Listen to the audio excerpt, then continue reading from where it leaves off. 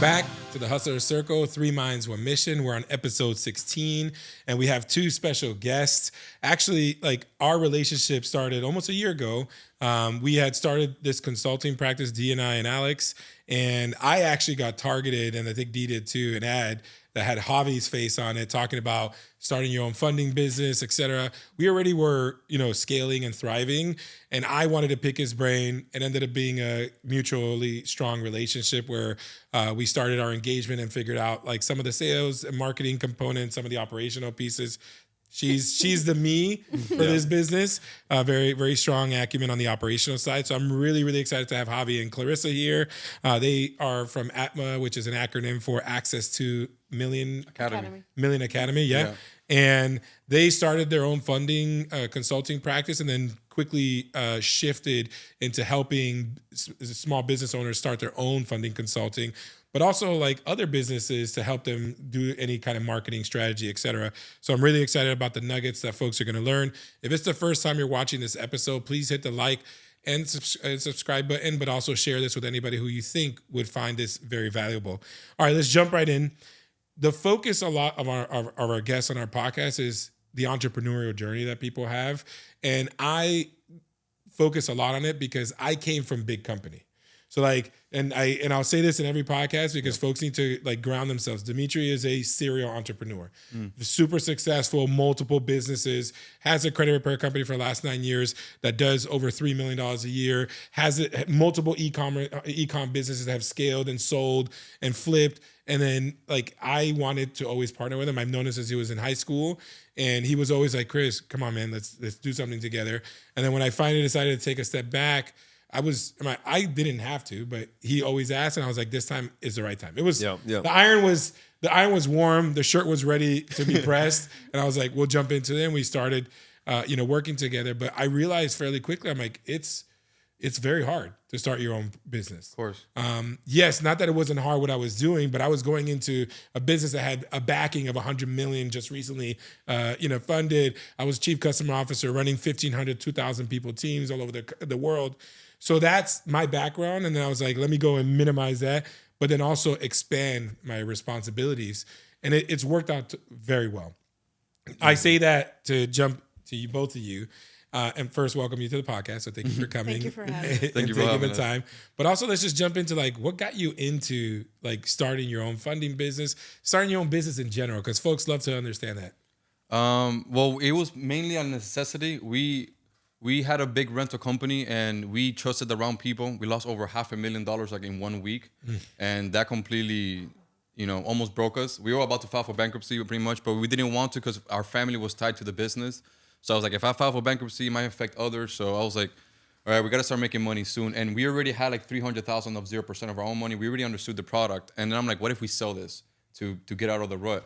And then that's pretty much what we did. We literally made the business just because we needed to make money. I needed to make almost $40,000 a month to break even or just file for bankruptcy. So I'm like, how can I make $40,000 this month? Wow. And I'm like, I think this is a product that helped me a lot and scale my businesses. I think it will help others. But I didn't want to do it like a funding company. I want to do it like a consulting company. Hey, I want to help people understand the 0% product. And that's when it started. It was just literally pure necessity. It happened in a month. Yeah. I'm like, I need to make 40, it was 34 grand next month or I'm screwed. So I just turned on the ads and started selling. And, we got very lucky and it ended up working out. And you guys started this during COVID, right? No. So during COVID, that was the rental. That was the first business. So we pretty much, we went to his Airbnb in Colorado. Yeah, so it was 2019. We went to a trip with our friends and we were renting there and the barbecue was broken, right? So we contacted the Airbnb host and she's like, oh, just go to my next unit. It's right across the street and use that barbecue instead. So and that's my mind just broke because I'm like, lit up and he's like, he has one. She has another one. Yeah. How this many house does was she big. have? We just paid her $9,000 for 5 days, and I'm like, and this is when I was like, how is she making so much money? I need to get into this industry. So then I came back to Miami and I couldn't rent Airbnbs just because you need a lot of capital. But I'm like, I could start with cars, and I think we did Uber Eats for a month or two. Yeah. We had $10,000 in debt, and me and her just doing Uber Eats for about a month or so. We paid back the debt. It was $11,000. Our credit shot up to the sky, and then I started borrowing money like crazy. Yeah. And then we started the rental. We had like a couple Airbnbs and like 1.42 cars and like 11 Airbnbs or so. Then we got scammed for these people. We pretty much, they have false identities and stuff like that. So when they stole our cars and stuff like that, we meant to make the claim. The insurance didn't. They're like, oh, these people don't exist, so we can't cover you. Wow. So we had to pay a bunch of hundreds of $1,000s out of our pocket. But then that's where we get into the funding stuff. But first, it was a really big rental company. That's interesting. Yeah, no, I saw a lot of. I think it was like Turo and stuff like that, where it's really big. It was like 50% Toro and 50% private, just because we really knew how to run ads. We learned how to run ads back in the drop shipping days. Got it. So I used to sell music online, music for rappers and musician beats. That's why my first technically business was a recording studio, but I never made any money. Yeah. It was almost like a hobby in a way, just to pay the bills. So I learned how to sell things online. Then we started selling a toy for cats. Yeah. We started And then that's where I started dropshipping. learning landing pages, conversions, ads, and then it just little by little things started opening up for me. Yeah, basically all the businesses, or want to say side hustles, because they never really turned into a complete business. Yeah.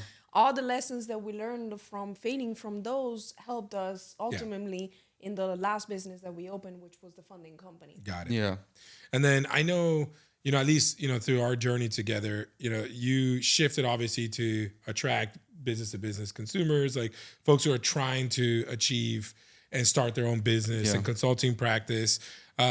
Folks usually like stay in their lanes, right? And then you guys felt like you were in a really good like cadence in that lane, and you decided, I'm going to shift over here to then figure out a way to attract a different type of customer. Well, I wouldn't say a shift. I would say we already were marketers. Like my brain was already a marketer. Yeah. I actually shifted to funding to sell that product for like a financial thing, just because of necessity. But I think we were already in our own lane. But there was mainly 3 reasons why we switched. One, it was because like we know more about marketing and growing a business more than actual funding. 2, we wanted to work with the clients instead for the clients. And also we thought it was a way bigger opportunity. I'm like, I could create content of this. Like I could talk forever about the subject. I could create a YouTube channel. And also we could charge way more too. So I prefer, instead of working with 100 clients, I wanted to work with just 20. So that was the philosophy behind it. But I kind of do regret stopping the funding company because we were crushing it, bro. We actually turned off almost like a really good income stream to just focus on this. Alex Ramos is one of like my guys I look up to most, and he's like, focus on one. A hunter who chases 2 rabbits catches none. Yeah. And every time that we started the day, there was always 2 meetings. There was always the meeting for the funding, the meeting for this. So it was like too much time just handling both teams. And you're turning up 2 different sides of the brain. Too. Yeah, so I would just, let's just focus on this. And it's what we liked most too. Like we, like funding is a good product. It's something that we like talking about as well. But we are better marketers than funders, I would say, and that's the thing that we wanted to talk, like longevity wise, it was a topic that we wanted to focus on the most. Yeah, we were like, who do we want to, like, when people look at us, what do we want to be represented? And then for a while, we're just like, oh, that's the rental guy, then it was the credit guy. Then I'm like, I want to be known as the marketing guy, because I do have if you go to my library, 80% of the books I read is always marketing, business. So I just love that stuff. For funding, it wasn't really, it wasn't really for me. Oh, I love funding. Even though it saved me and got me in a really bad spot, I wasn't really too passionate about talking about money all day. I was more passionate about marketing, client acquisition, systems, Got it. and that stuff. And then, but the irony there is a lot of the clients who come to you probably are paying you with 0% funding that they've captured. Yes. So, which I'm like, I constantly think about that. We obviously offer our clients, different services, SBAs that have nothing to do with 0%. But a lot of them get there or get to that level building the relationship that we've helped them build over the last 13 months with these banks to be ready to apply for an SBA, be a little bit more financially responsible. Not that they weren't, just be more mindful of like how they file their taxes. Because in at least the clients, any client north of Miami-Dade County knows that you need profits in your taxes in order to get access to loans. Of course. Period. But it's a Miami thing that everybody wants to write literally Jesus Christ and the 12 disciples off. And it's like, okay, yeah, you don't know taxes, but like this doesn't look good. I mean, you're in the negative every year. Like have that frame up exactly. That's so the TikTok mindset. They just keep watching stuff and they're like, oh, let me just implement write this. everything off. Yeah, let me just, like, okay, well, look, it's good for certain things like big purchases, major depreciation, like assets and stuff like that. But it can't be your end all be all. So when I'm looking at it through that lens, and the clients are, paying for those services with a 0%, there is still like a very strong connective tissue for you guys with these said clients that are now, I guess, a little bit more catered towards your marketing objective and strategy, because they're leveraging some of the insights that they potentially have learned through either watching your old stuff. Yeah. And in your onboarding process, you do teach how to get access to that capital. So there's never an excuse not to run marketing. Yeah. Which we I think is still one of the- cover that. We still yeah. cover, how to fund. The whole point of joining us is to learn the client acquisition, but also how to fulfill the client. Yeah. Because if you can't fulfill the product that you're selling, there's no business. Yeah. We usually like working with already established funding company, but our most successful students didn't have a prior funding company. We have clients that literally quit their 9 to 5 and are doing like 6 figures a month. We have clients that never even knew what a 0% card is. And actually, he's our most successful client, reached to $500,000 per month. Insane, because he's really good at sales. So I was like, if I could just teach the client acquisition, because most of the people that work with is just funding company, I don't know how to get clients. But in reality, our best clients is people who didn't even have a business before of it, and they exploded. Or businesses that, for example, are like, a credit repair or tax company that are already working probably with business owners, and they want to add this as a new service. Yeah. And we're seeing that a lot. So like in the affiliate side, we see a lot of folks trying to expand their offering, which because I'm like, they're losing clients because of a lack of Ability of doing LTV. Yeah. Oh, and think about it. If you see the LTV of that client, it's I do your taxes every year. And then it's like, well, if I do your taxes, but I also help you create a financial backbone that is either through 0% capital, SBA loans, BLOCs, then now your service is no longer a service. You're attached to their growth. And I feel like that's the mindset which D has been doing a really good job at capturing. I'm like, dude, you were just on an affiliate call, right? Yeah. And I'm like, yes, it takes 30, 40 minutes of his day, but for every 10 of those calls, we get 100 people. No, I think if you like ads is cool, but honestly, if you run a funding company purely based on referrals, that is so strong because there's no cost to the acquisition. And and it might take you 5-10 years to actually build something humongous, but it's probably the easiest way to run a business. Ads is like you need to have, because a lot of people think, oh, it's just about the ad, but I could give you as much traffic as you want. If you don't have a good, if you don't know how to book appointment, if you don't know how to close them, the whole thing is screwed. So it's not always about the marketing. It's always like, is the person who running the business actually know what the hell they're doing?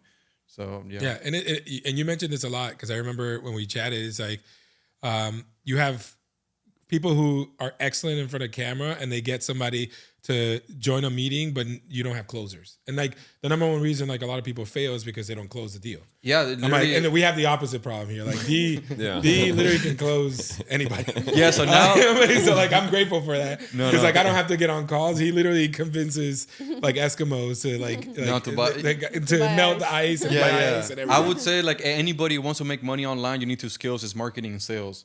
And I think if you're bad at sales, really good marketing helps the sales because it kind of warms up the client. But if you're just really good at talking to people, the reason why some of our clients fail and don't get results is literally because of sales. It's just they can't there's nothing we could do for them. We could generate all the leads. We could give them all the systems. If they can't get on the front of the camera and just have a conversation with somebody, the whole thing falls apart. And then it might take like 3 or 4 months for that person to actually increase their closing rate to like a 20%, which is still pretty bad. Yeah. But I would say that was really important. If somebody doesn't have any sales experience, it just makes the whole process very, very difficult. And talk to me about so customer experience is very important to us. And one of the things that when we started the business that I told D, because I could hear him in the conversation, like getting on a Zoom, showing the client like their credit report. And I was like, bro, like he's spending, 45 minutes on a call with a client, physically on the call, to walk them through their credit report. And I told him, like, let's use Loom. You record it. It takes you 10 minutes, sometimes 15 if it's a very deep profile. But you can send it to the client. The client can watch it over and over and over again.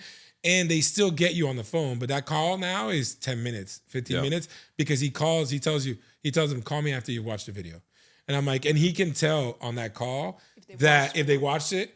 Because like he's like, so what are your thoughts on this? And they're like, oh, what is that? And I'm like, watch the video and just call me back. And it's not any no disrespect, but his time is money. Yeah, and that's a rule in marketing that like if you spend time explaining what you're doing, how to do it, your marketing is off. Somebody's supposed to show up to the call knowing, they just want to know the price and pretty much ready to join. Even though that's more like a consulting call, but if you get on the call and you're explaining, the call is gonna take forever. So if you can have systems in place to all give them the information they need so they can come ready, that's always the best. That happens in sales a lot too. People just, oh, so what is it you guys do? And then your marketing's all off. No, when we got into your program as well, I think that for us, I know that you guys give a lot of data points on like how to get funding and how to get the clients, actual cash and capital on their end. But for us, I think that the marketing component is what really helped us.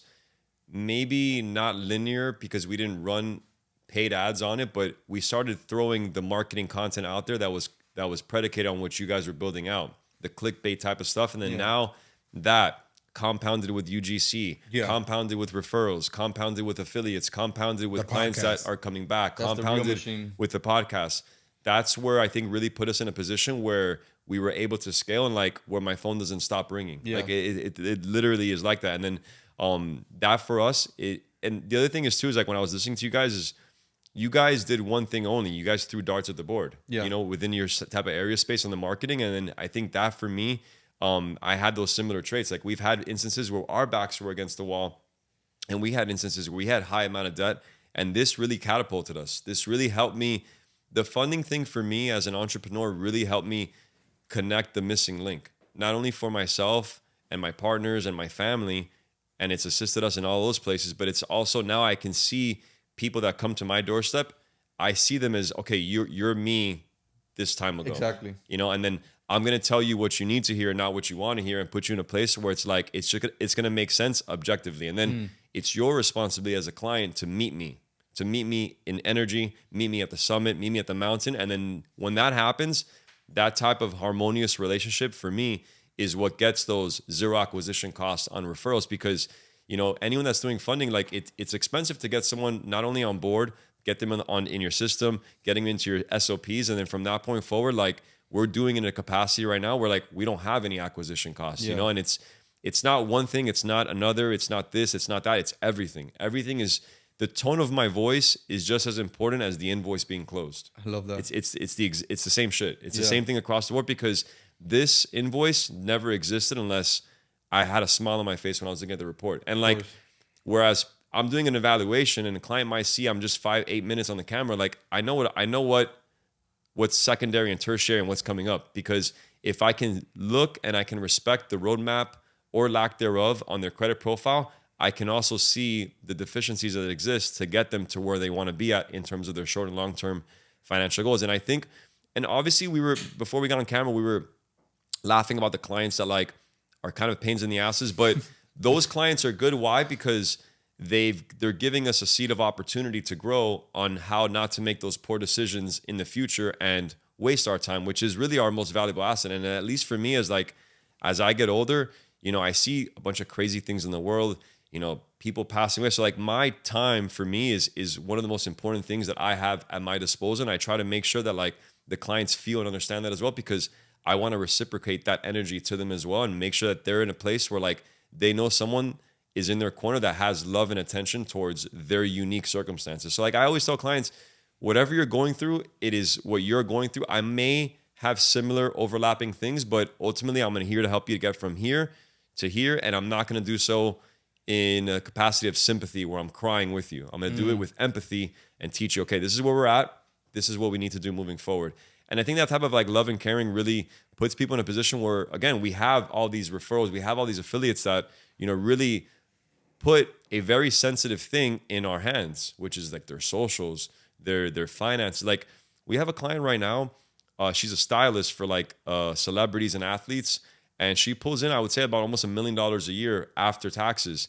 And when she came onto our desk, she was upside down, I would say, about like total like almost 500 grand, like 500. And right now we almost have her out of the hole. Wow. I think she has like 100K left or something. And it's nothing. This isn't Harry Potter. Like I don't have a magic wand, it's just math. It's objectivity. And it's looking at the chessboard and saying, okay, these are the pieces that you have. This is where they should be at. And then if we can move those things and we can grab that same debt that's being choked with 28% compounding interest because you didn't know to put it on a 0% interest product that doesn't impact your personal credit, which doesn't have the creditors chasing the balance, which doesn't have them lowering your limits, which doesn't have them closing your accounts. You do the exact same maneuverisms on the business side, and now you can operate with true profitability. So at least for us, like all of these parts are interconnected in the sense where like this matters as much as that, and that matters just as much as this. No, I love that you can change somebody's life. That's always one of the, because like once you make money, it's cool, but then like I have literally clients like almost in tears, like, yo, you changed my life, and that got me a little bit emotional. I'm like, you know. No, I got, bro. In the beginning of this podcast, I got a bit emotional for a few seconds when I heard you guys doing the Uber Eats, because it's like, bro, like I've had those instances too in my life where I was like, bro, like my back was against the wall, and when that happens, for the most part, there's no one there to save us. No, I don't have a fucking trust fund. No, I don't have rich parents, and the same thing goes for you guys as well. And it's just like you have one or two choices: you either make shit happen or you don't make shit happen. And you know that's why we appreciate these types of, when you guys come on here and our other guests and our clients, because like that type of energy, it's infectious in a good way, and it really, entrepreneurship is hard enough. It's hard, bro. Because depending how you're feeling, like we just went through like 3 months ago, I had like I could talk about a little bit, but my father and my grandfather passed away in the same month, and that hit me like a truck, and that literally mentally shut me down completely. And then literally you see the business just dropping off little by little because I wasn't involved. So entrepreneur is very hard because depending on your emotions, it will dictate the business. Yeah. You know, so you have to keep that in check. And if you don't have somebody like helping you, like you said, hey, I've been where you've been. It's just very difficult. Yeah. It's very lonely too being an entrepreneur. Like, so like if you have, we literally spoke about this yesterday. You know? Like being an entrepreneur is lonely, and it's probably the closest you can get to when you get to C-level at a Fortune 100 company. Yeah. And I was telling you this all the time. I'm like, because I don't have anybody. But in my prior life, I couldn't talk to anybody besides my CEO, because I was a chief customer officer. So my CEO, the CTO now, but they don't have time. Yeah. So it's like you're by yourself. It's an echo chamber. Yeah. Right. Yeah. And first and foremost, you know, my condolences. No, you're good. You know, I lost my brother, you know, 10, 11 years ago now. Wow. So I 100% here. No, it hits you hard, and it's no one prepares you for it. Yeah. And like ultimately, that's the rawness we want folks to see. Like everybody, and we always talk about this, they measure your success based on what you post. Versus seeing when you have the downfalls. Yeah. And the downfalls can be a personal matter, could be the business struggles for 1 month. But like what we always try to portray is that like a business is cyclical, right? Yeah. And you can create a machine that doesn't, like the bumps are not felt, but then sometimes you got to step away from that business to deal with something personal. And a lot of people don't see that, right? Like if D goes out and takes care of something, like he knows that I have his back and Alex have his back, right? The same way Clarissa had your back when you were going through that situation. But folks don't see that. All they see is like, oh, this guy hasn't posted in a while. They don't care. They only care why you're not answering the phone. Or like why? Yeah. And then we pretty much went out for like 3 months. I lost like my entrepreneur like grind, you know, because I was like, and we're very lucky that I don't need to work to make income like the way that we have it set up. So like I was also not motivated to keep working. Yeah. You get me? But nobody talks about those things. Like entrepreneur is very hard because depending on what you're feeling is depending how the business is going. You know, and like if you're not feeling good, the business is going, you know, down. Like especially sales. Imagine being depressed and being in sales. It's not good. It's not easy. You know, it's not easy. So it's like people have to find out this nice balance. And also what you said right there, the partnerships is insane. If I didn't have Cla, I probably wouldn't be as successful as I am. And I know that for a fact. Like having somebody that you can be like, you got it, because I'm like having a mental breakdown right now. Oh man, I wouldn't be here without her. So that's very true. Having a partner you can rely on is like one thing that I noticed from multiple big companies that have multiple founders. All these really big companies that we know, like the Netflix or whatever, they always have multiple founders because you need the responsibility to fall into multiple shoulders because there's so many nuance to business. It's much more rare, and you see it rare air to have a company that had one founder. Yeah. Like I would say I worked for one, Shutterstock, John Oringer, a great friend. Like and he's now the chairman. He went back to be the CEO. But I'm like, that entrepreneurial spirit that he has is infectious, but it's also like he's like his mindset is like, this is my baby still. Even after he left and they put him as a chairman, like it came back and then he came back to be the CEO. And it's not a knock on him. It's just when it's one person, it feels, you can sense that energy. But every other company I was at was like, it was like 3 people, 2 guys, or a girl and like her best friend started this company and it boomed to be $100 million company in 16 months.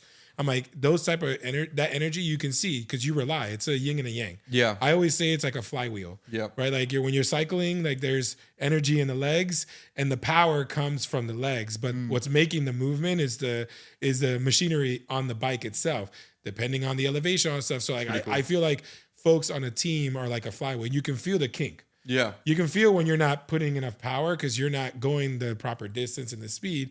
And that's the same thing I see in business. I think that's everything, man. And also that person holding you responsible and you're not feeling some type of way. Yeah. Because Clark could come to me and say something like, yo, you know, this ad sucks or that sales call is horrible. Or, you know, and I have to be like, okay, what do you think was wrong with it? And you just accept it because like she truly just wants what's better for the company. Or if I criticize her or something, I just want the business to be at its best. You know, get me? So you got to remove ego. I think being an entrepreneur makes you into a better person. There's this quick quote that says, make a $100 million company, not because the money, but the person you'll become for that. Yeah. You know, because you truly have to become like a different type of person to build a company. Yeah, and there's no on or off switch. No. You know, like when I No.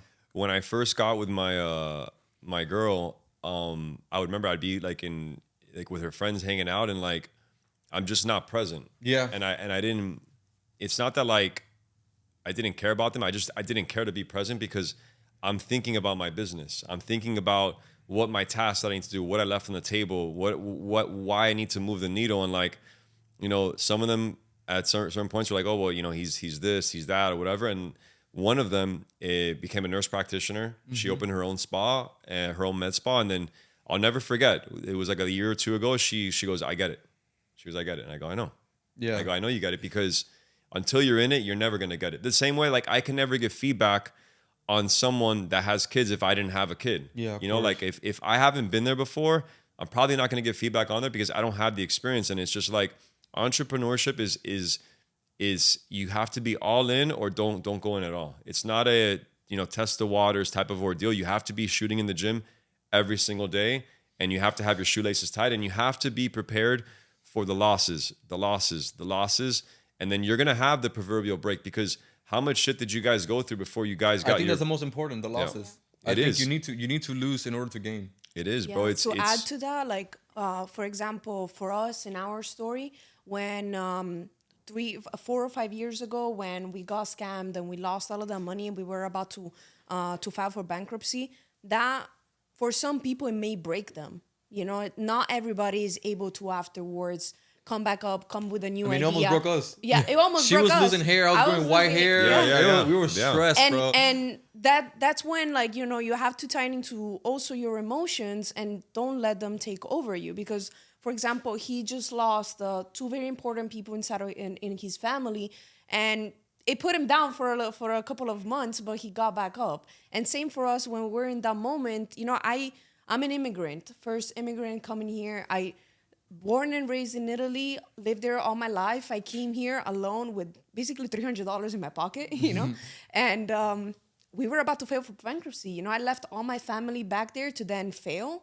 Yeah. You know, like that fear of not letting that define me is what ultimately like what made us able to then open a new company and thrive afterwards. You know, so sometimes you have to choose how you want your emotion to control your future path.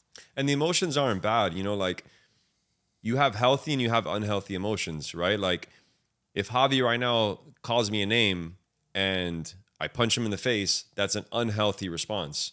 If I get angry and I walk out of the room, that's a healthy type of anger. So as long as I'm grabbing, because that's interesting. I am very emotional when it comes to my business, but I don't make permanent decisions based off temporary emotions. That's one of my rules.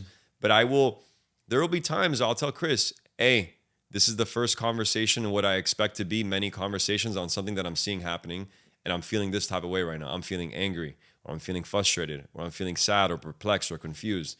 And then now I can allow myself to experience those emotions while also moving forward with it. Because if I just lament or if I don't speak on those things or if I have premeditated expectations that turn into like resentment or whatever the case may be, now I'm in a place where like I'm not vocalizing what I'm experiencing and I'm internalizing everything, and then I'm gonna combust. I'm just gonna explode. I'm gonna implode.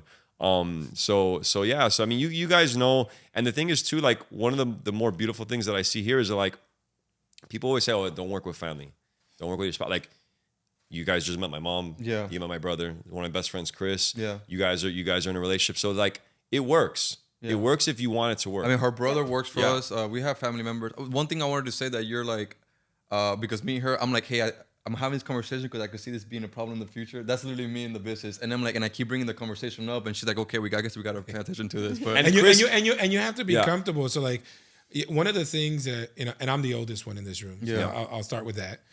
The grays obviously show that, but the age is there. Like D will tell you, like sometimes like we're at each other, right? Yeah.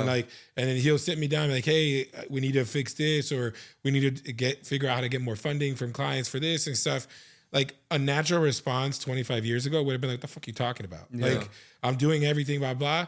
But I'm like, I've done this for so long, not this business, but just work with people. And I've been successful in my career and in my life because I know how to communicate and I know how to receive feedback. yeah, Right? Like if I'm not receiving feedback, I'm actually more concerned because then that means I'm coasting and I'm flying under the radar. Yeah. And I'd rather be like kicked in the nuts every once in a while to like spark something that I'm not focusing on, or something that I potentially am not like seeing because I'm so in the weeds on something. And I wear multiple hats. I do the finances, I Yeah. do the operation, I do the SOPs, I work and I do the actual applications with the clients. I can offshore that, right? But right now we don't have anybody that we trust to give that to yet. It's very and important role. and it hasn't gotten to the point where it's like D, I need to hire Yeah. somebody and we'll find somebody. Like when we get to that point, we'll do it. But like we're structuring this in a way, and we have the systems in a way where it helps me manage that in that perspective. But without those healthy conversations or conflicts, I'm like we don't go anywhere. We'll stay stagnant. You know, we'll do no, this. you and have to that. have those conversations. Me and her have had really tough conversations as well with the family. We also help a lot of family members, so like we have people Yeah. that depend on us. Yeah, you have to have those very, very. My brother lives with me. You know, he doesn't pay a single bill. So like, yeah, you have to have those conversations, because especially when you support so many people, if something does happen, you know, like if our business stops, a lot of people are gonna be affected. Yeah. You get me? My grandma, I help out my grandma, I pay for her car and her housing bill. So if my business stops, like I can't support my grandma anymore. I can't support my mom, my brother.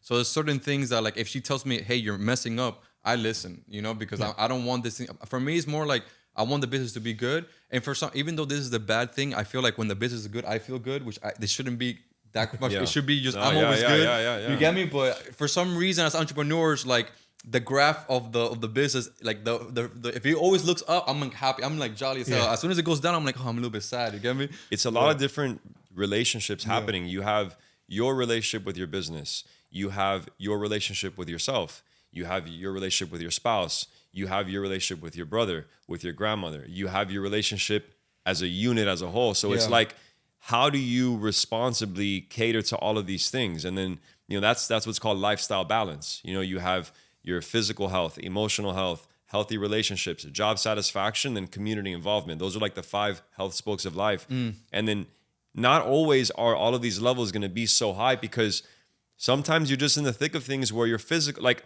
last year, like right now I'm like 170, 175. That's how much I weigh. But usually I'm like at 185. When I had the baby, I already knew that my physical, and I was okay.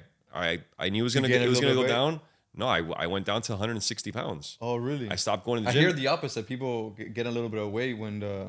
No, but because we were doing the funding, we have all these things in Oh, motion. Lost I'm just, muscle. He lost I lost muscle. everything. Oh. I have a picture of And me he and, wasn't and my. eating. Like I would have to be like, hey, bro, let's go get lunch. I would do like Oh, I I would see. do 24-hour fast as if it was like nothing, You and would then just focus dialed in. and there was times I would do 72-hour fasts where I wouldn't eat for 3 days straight, and it's just I like have to pick him up. it was a mental. We were doing the cold plunges, like we Yeah. were. It was a lot of mental, just self-inflicted stuff that I wanted to go through to really push myself as a man to the next level. And like like that, though.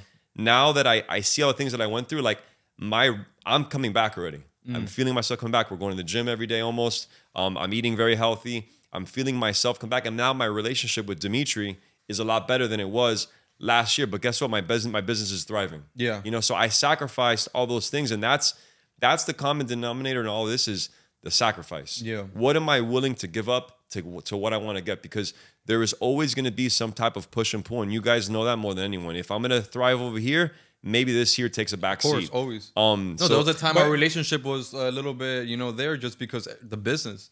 You know, you don't think when we got scammed all that, we literally woke up and like lost 250 grand, and then the week after another 250 around there. It put a strain to our relationship. And especially you think you're a failure. Yeah. You're like, oh, the reason this is because I'm just an idiot. Yeah. And you beat yourself down because it's your business and it's both of you. And it's like, what did we do wrong? Exactly. How come we couldn't have seen this? But ultimately, like, I think the number one thing, that Dee mentioned is he had to give up certain parts to succeed. And one of them was I'm like, Dee's always been a very dedicated person. But I'm like, when he had his son, like you can sense he never disconnects. I'm the same way. Like you can call me at 11:30, I'll answer. We were texting each other at 1 a.m, but I was up at 6:30. Yeah, I'm always on. And I'm like, but we're very similar, like kind of DNA structure in that way. But I mean, when he had his son, like I told him, I'm like, brother, we'll got you. Go focus on that and he took like 3 weeks. Dude, that's awesome. He still worked. Awesome. He still worked, but it was like just checking in to make sure he's not responding to people. And I'm like, every once in a while, like you need that disconnect. That's important. Number one, for you. Yeah. But number two, for just in general to like kind of just hit a recharge.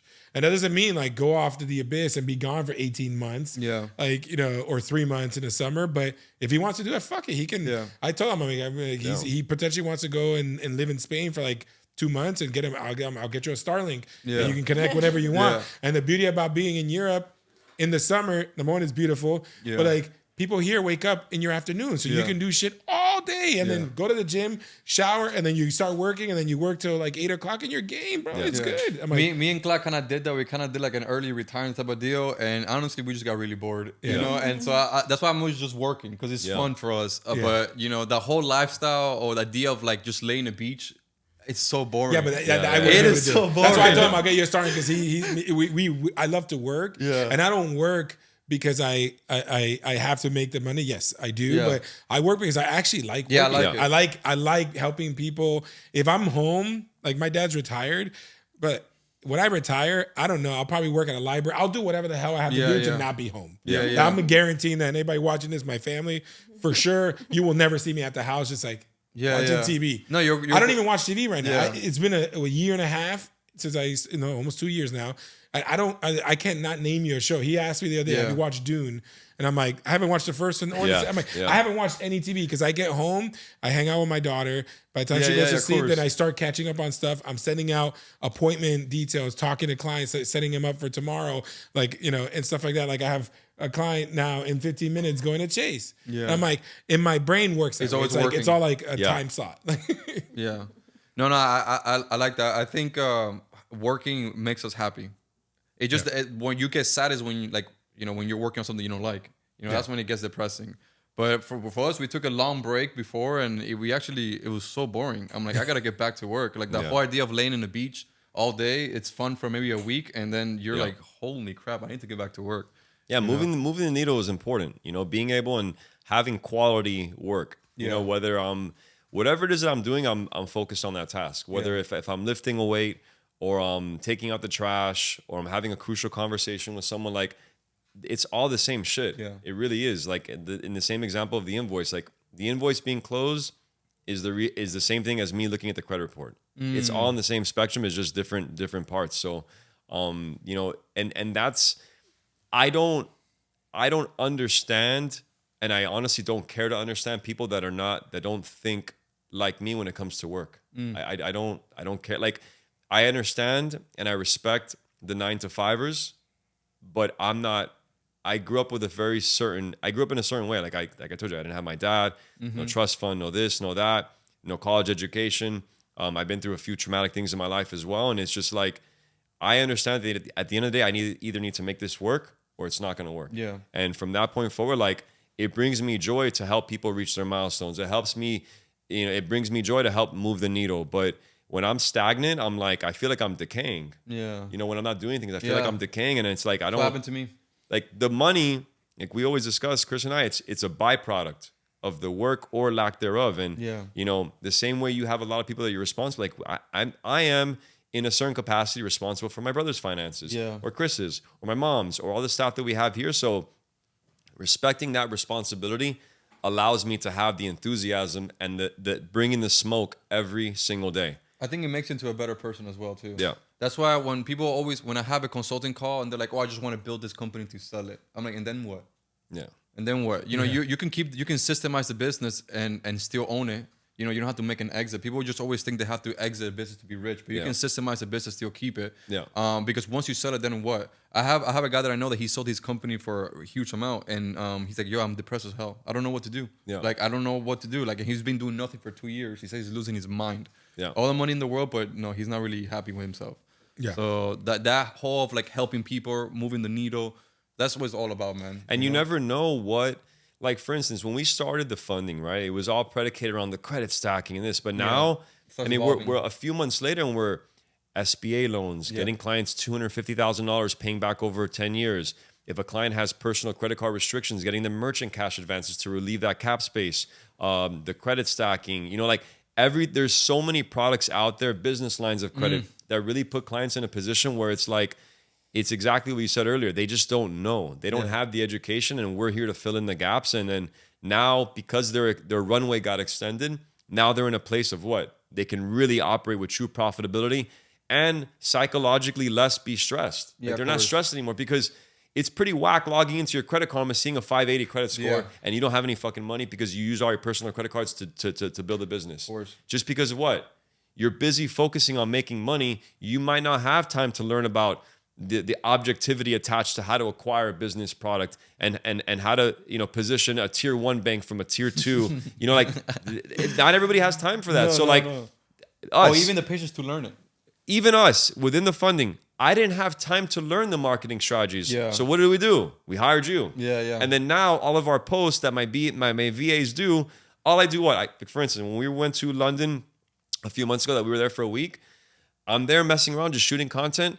All that goes into Google Drive. Grab the templates that you guys send. But our VAs do it. Now I have those automatic posts, and it's like that needs to exist, compounded, like we discussed with the UGC, with the podcast, with the short form, with the long form, because everything is important. It's not just running the paid ads. It's not just having everything is just as important as the next. And until a person is really ready, and the rule of thumb is this: if I don't want to do something, I need to do it. Yeah, of course. Like for me, one of the hardest things that I had to engage in was the UGC, the user-generated content, because I felt it was dorky, or I felt it was like forced. People wouldn't like acclimate. But then he told me, he's like, bro, people are following your page. And then whenever I started posting stuff, it blows up. that's what I had the highest engagement on. Just something raw like this. I go to CapCut, put some fucking captions on it. Done deal. And then now, because I decided to get past the fear, the false expectations appearing real. Now I'm in a position of what?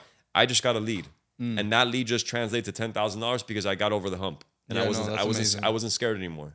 You know, so I always tell people, like, if you don't know where to start, get on camera. Yeah. So there's two things there that are important. One, I was telling Chris, like the only companies I've seen that are funding and doing 8 figures plus, like 20 mil per year, they have multiple verticals. They just send traffic to a landing page. The landing page, they're literally a bar that says how much they want to get. They apply, they put the information, somebody calls them. But you need to have like at least 10 different products of funding. And two, like the things about the ads, like for me, I don't know no other way that I could make an ad today and get paid tomorrow, because content's a little pretty slow, referrals a little bit slow, word of mouth a bit slow. That's why I like the ad stuff, but you need to have skills. Yeah. If you run ads and you're low skill on sales or marketing or media, you're screwed. So you need to at least get to a certain level. You can be comfortable to run ads, because it's true. When we first started this, I wanted her to be the face. Yeah. I hate being in front of the camera. I'm like, why am I being filmed? Like, this is awkward or whatever. Like, I don't want to sit down and talk about stuff. That was not me. But there was like, you want to file for bankruptcy, buddy? Or you want to make some money? I was like, all right, put on the camera. Pull my leg. Let's start doing some ads, you know? So like, I guess when your back is against the wall, you start getting, you know, a little more loose with it. But yeah, man, content is very important. I think so Google has a study that you need like 7 hours, 11 touch points, all through 4 different platforms for somebody to like actually trust you fully. So what you got to do is systemize that, and you can do that with content. You know, like when somebody books a call with us, they first get contacted with one of their team to confirm. Then they get like a video of the biggest objection they might have. Let's say price, then we have a video just for objection. Let's say they have an objection of whatever. We send them a video. Then we send them like 7 testimonials, 7 different. We literally hammer them with like content and objections. So when by the time they get to the call, they're ready to go. You get me? And those are all just like marketing rules that you understand. So the more you understand the person's mind when they first see you to when they buy, that's like when you really have them, and content just makes that much process so much easier. And you touch on one of the things that I want to kind of go to the last segment is systems and SOPs and like operationalize it, because a lot of folks who see this are like, he's talking about automation, like making sure you have the systems, these things, they get this email, they get this text message. I'm like, and they're like pulling their hair like, how the f- do I begin this? And I know I'm looking at you because like it's actually easier than it seems from a perspective of like, you got to start somewhere. First, you got to figure out, are you going to have a landing page? And the answer 9 times out of 10 is you should. Yeah. And then it's like, what's coming into from where? Yeah. So you understand like what marketing strategy I might have. Is it Instagram to that landing page?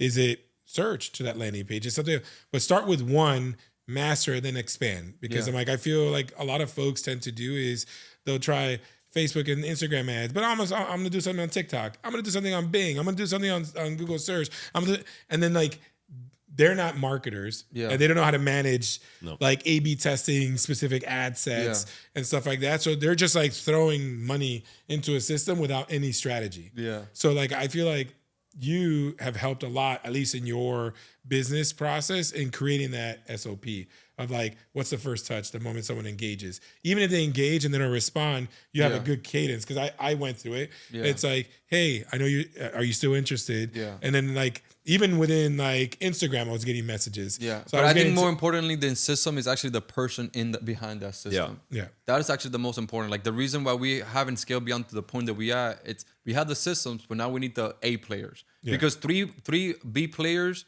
will cost you more than one A player. And most people think like, no, I don't want to hire the A player because they're going to charge me $10K a month or $15K a month. But that A player, it's actually costing you less than 3 B players at $5K each. You get me? Because that A player, like when it's a problem arises, they solve it. They're not waiting for your approval or your whatever. Guidance, And that's, if you want to get to a company to that certain level, you need like-minded individuals that like a problem comes and they're like, this is the solution I'm going to go. Can I go with it? Yes or no? And then you're like, okay, that sounds fine. Roll with it. Run it. But that was our problem. We kept hiring people based of potential, not like experience. Yeah. So now I'm like hiring based of experience, not potential. Like, I believe you could be the best in the world, but you're not right now. So I need to hire because no matter how good systems you have or automations, if the right person is not driving it, it's like a Ferrari. If you have a good driver, a bad driver, the bad driver is going to crash the Ferrari. It needs to be somebody that actually knows how to drive it. Yeah, and someone that's where you're at for where you're at in your business now. Like you're not where you're at right now versus where you're at 5 years ago. So like you can't treat it like that either. Like you might not have time to care to mold someone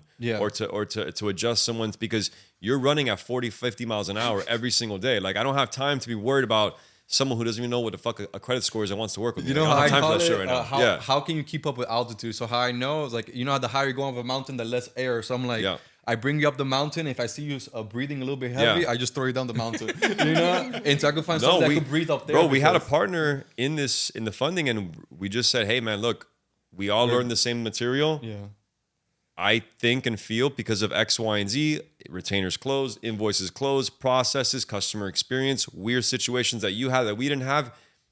We're not on the same playing field, bro. We're not doing it, and you're operating in a very specific methodology. We're doing something different for the long-term approach of year after year. And if you're into the short-term, immediate gratification, that's fine, but that's your lane over there, and then we're just gonna move on without you. And unfortunately, hard, man. Timing and circumstances is a huge contributing factor in any business and any partnership. And if it's not there and not everybody's on the same wavelength, sometimes pulling the Band-Aid off it's tough, it's uncomfortable, but it's a necessary evil because it lifts everything for the betterment of the future. And I think that being able to assess what's good and what's bad at that moment in time and not letting things linger or fester, it's another huge component of really being a true profitable entrepreneur. No, it's hard, and especially if you have, like this happened to us. We have people that are working with for 2 years, and we have to let them go because that team could take us to that certain point, and then it got to a point that we couldn't scale beyond that. It doesn't matter what system, like I'll crank up the ad budget or I'll do more content, and we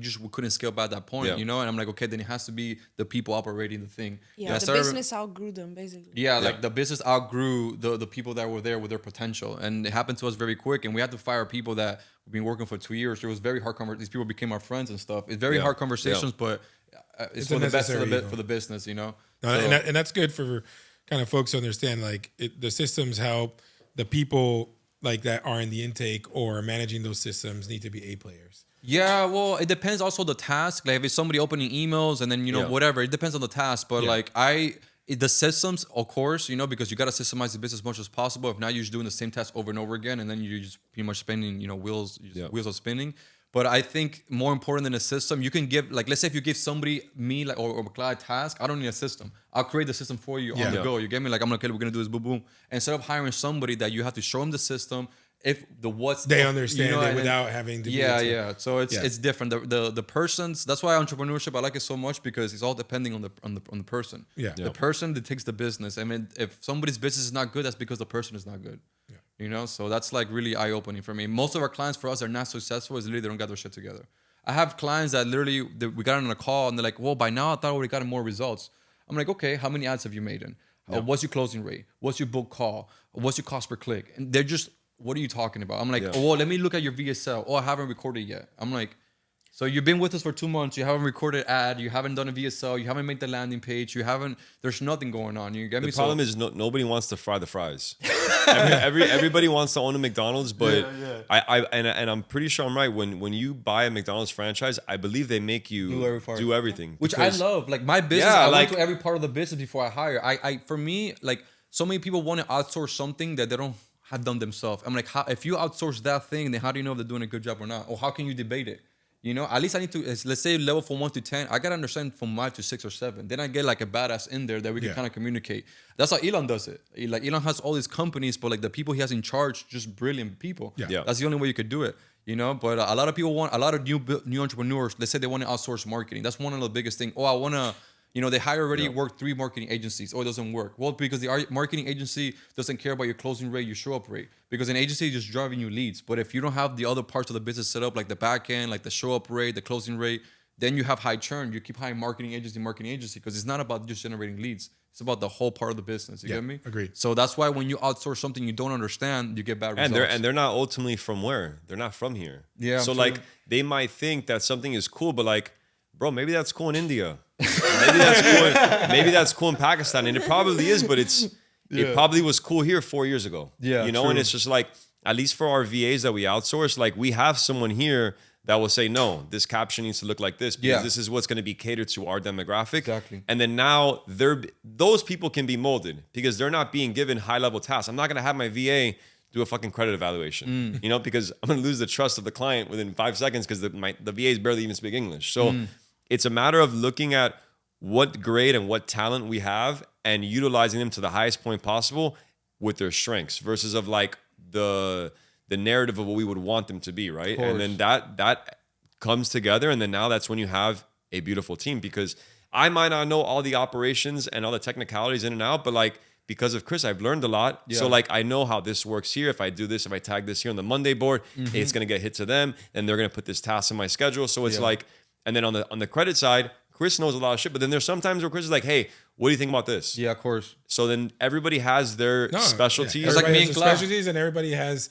I'm like, the good thing about being an entrepreneur is that you're always learning. Yeah. And if you're willing to accept, like I know credit. I thought I did, and then I met Dimitri. Yeah. Right? It has to be a yin and yang. It's such in every nuance. Like we have clients that like, brother, like we had a client went to the bank on Tuesday and had a overdraft on her personal checking account that she doesn't. It's like a tertiary account. She doesn't even use it. It's like it was created like when she was like in college or something, and she always has like $50 in there, and it overdrafted. But it obviously creates an issue because with Chase, if you overdraft, like you have to wait like a couple of days until you like liquidate it back. But if you overdraft twice in the last 12 months, which happened, then you have to wait 60 days from that second overdraft. And I was like, I had no idea. I thought it was like, I'm here talking to my bankers. I'm like, yeah, she pays it. Let's just go back next week. So that there's a last week and then she went this week. And no, they declined because it was 2 overdrafts in the last 12 months. And I mean, like, so I called the bank myself as her. I'm like, oh, blah, blah. And the underwriter's like, yeah, look, my hands are tied. Like, it's a system block. Yeah. There's nothing Yeah. you can do. Once the system says, like, you can't do this, there's like a timer. You have 56 days, he says. So I was like, oh, that's exactly the amount of time I have to reapply, which I had no idea. I'm like, and so you learn. I'm like, now I add that to my SOPs. And I have a question that I have to ask every client, which normally I don't have to because I know what they're running, their business. Yeah, but you going into that, now I gave you that seed of opportunity to go. And now Yeah. you know to look for that. Yeah. The same way we've had to learn things to look for throughout this experience. And like each of those things are giving us more and more tools for our toolkit.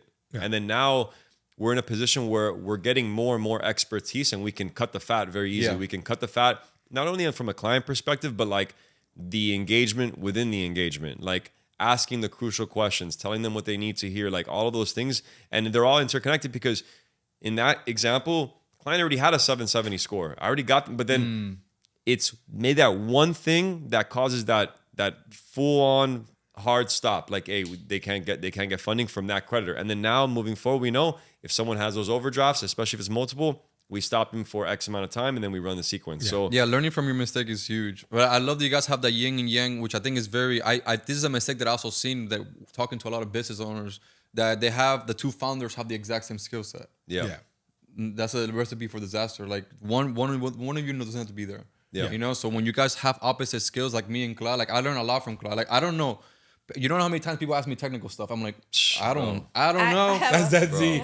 But he's gotten better. He's gotten better. I'm getting better, but like the other day on the Monday board, I don't know why, and I still don't know He why. couldn't tag I couldn't anybody. tag someone. So he's like, add Chris, and it wouldn't tag. And I'm here like, So then pressed two buttons and it was done. I literally, all I did was log off and log back in. And I'm like, oh, maybe it's just a cash issue. So it's like, I knew it was nothing he was doing wrong. Yeah. But sometimes it's just, I've experienced it myself. So I'm like, let me try this. And then it Yeah. worked. It's not like I know all the answers. I'm in the system so much that I'm like, sometimes browsers, they cache and It happens to me all the time, bro. And then like, but it makes him feel like he's inept. And I'm like, no, bro, like you're doing it Yeah. right. Yeah, he was doing it right. Like I know he was doing it right. It just wasn't tagging. Like it'll literally show my name in blue. You'll press enter and it disappears. And I'm like, Just the other day, I was logging into my Zoom and a different name kept popping up, and I'm like, "What the hell is going on?" And I didn't know, and then Cla figured it out in 2 seconds. I'm like, "Babe, my name is not showing up. This guy's calling me Jeff." I'm like, "What is going on?" She's like, "Well, no, nothing is your alter wrong." ego. I'm there looking it up. I'm going to Zoom. I'm like, I can't figure it out. I'm just like, my brain, I don't know. No, for like 2 months. So we have our Monday board where it shows like what deletions got done for a client, if inquiries got removed, if their scores increased, whatever the fluctuations were. So there's a rapper that I like. He died a few years ago. His name is Young Dolph. Okay, Young Dolph, So I know like, him. I love him. I love his Yeah, of music. course. And I was just getting into him too, and he died. I'm like, fuck. So my name on Monday board is Dolph. But then I have another login where it has my name Dimitri, but I always log in under Dolph to give instructions. So like, I literally have employees that for like a month or two didn't even know who the fuck Dolph was. This Dolph guy keeps sending me. And they're like, our Diana, she's like, who's this Dolph guy that keeps telling me what to do? And I'm like, that's me. That's my alter ego. Yeah, I'm Young Dolph, dog. Yeah. I love But yeah, that. so like we'll wrap up. This is the last segment, which is going to be a fun one. Obviously, we're having fun in this conversation, so thanks again. But there's a rapid fire hustle round, we call it. So we ask the same questions to anybody who joins, and you just answer, as quickly as you can. So I'll ask, and you both answer your individual perspective, right? So what's your go-to productivity hack? I'll go first though. Set up an alarm to go to bed instead of one to wake up. Oh, nice. That's actually That's good. That's very good. You see, I'm like, Yeah, because the alarm, I will tell him like, you have an alarm and it's just waking me up. It's like, Well, you it's see- also Yeah. because of the philosophy of like setting up, like start your day the day with a win. before. That's The why I was day telling her, babe, you before. gotta win your day. You gotta start the day by winning. If you're constantly hitting snooze, the alarm is the first person who beat you that day. Yeah. yeah. You get me? So, but thank God that was like a problem like 3 years ago. The alarm just keep ringing. I'm like, woman. What time do you guys normally go to bed? It depends, bro. I game sometimes with my boys, so sometimes I'll be gaming to like 12 o'clock, but Yeah. but Same. usually like I like to like around 10 I'm out. Already in you know, bed. and I'm up like at 7, 8. Like I don't sleep too much either. Like 6 to 7 hours, I'm good.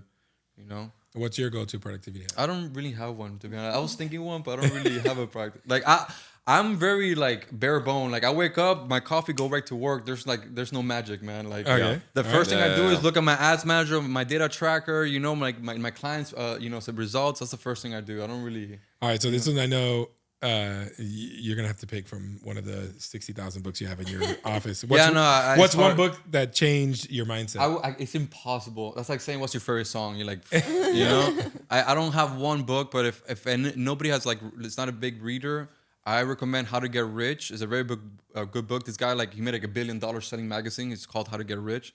Very good. He's a poet, so the way he writes is very fun to read.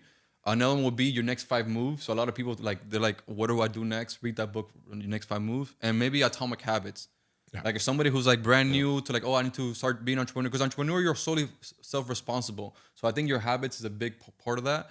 So I think maybe those 3. I don't have one, bro. And That's fine. You know, but I could probably list like 30, you know? But that's good. I'm like, those are good options. We'll list them down. Yeah, I just read one this week. That was I think the 39 letters of Rockefeller to his son. Very cool ideas there. So there's a lot of great books out there. You know, I try to read as much as possible. The cool thing about reading is that like it's not being shoved down your throat in terms of like what the aesthetics are, what the production value is. Like when you're watching a movie, yes, there's a million great movies, but you're forced to see the actor, the director. This like when I read a book, I'm creating the actors, I'm creating the production. I control everything, and then I think that type of like intense focus on the actual words, and maybe even sometimes I'm sure it happens to you, maybe too. I have to reread sometimes shit because I don't remember it. Like all the time, I have to read, highlight, and then I write it down. The Audible. I do the physical, but I have the physical like 1.7, and I'm reading with it. I'm reading with it because if not, that happens. Further to me. Enforce it, because if not, when I first started reading like 5 or 6 years ago, I will read the same page sometimes a couple times, and then I started like, okay, let me read it with and then listening, and then I have the information better. Yeah, and then I have my notes with my little things so I could tab it. Because then when I read something that I like, I don't rewrite it. I write it in my own way so I can retain the information. Because if you write it exactly how you read it, and it's not yours. Yeah, but then I read something that I like, I rewrite it in my own little pad, and then that's how I retain. Yeah, you're not owning it if you just use. If I just copy it word for word, and I rewrite kind of like my interpretation of that thing. Yeah.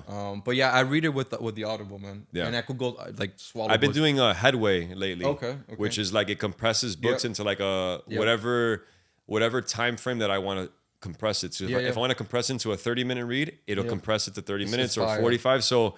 It's a bit cheating the system, but it's like, damn, you know, with the baby and the business. I don't feel like all books needs to be, especially when it comes to business book. You don't need to read the whole book. Like usually when I read a book, I'm like, what is the main thing I'm trying to get out of it? Yes. And once I get it out of it, I could stop the read. No, the thing is too is like, bro, if you can, my rule of thumb is if I can learn one thing from a book, it was worth the fucking $19 or the $18. Like because that one thing from someone who I'll probably deem as way more knowledgeable or has more wisdom. That's my thing, bro. If I can get one thing, I win. Yeah, I love the fact that somebody spent 5 years, 10 years writing this thing, and I'm getting an insight of his mind. I love that. That's why I like reading, because understanding somebody, especially someone who has passed away.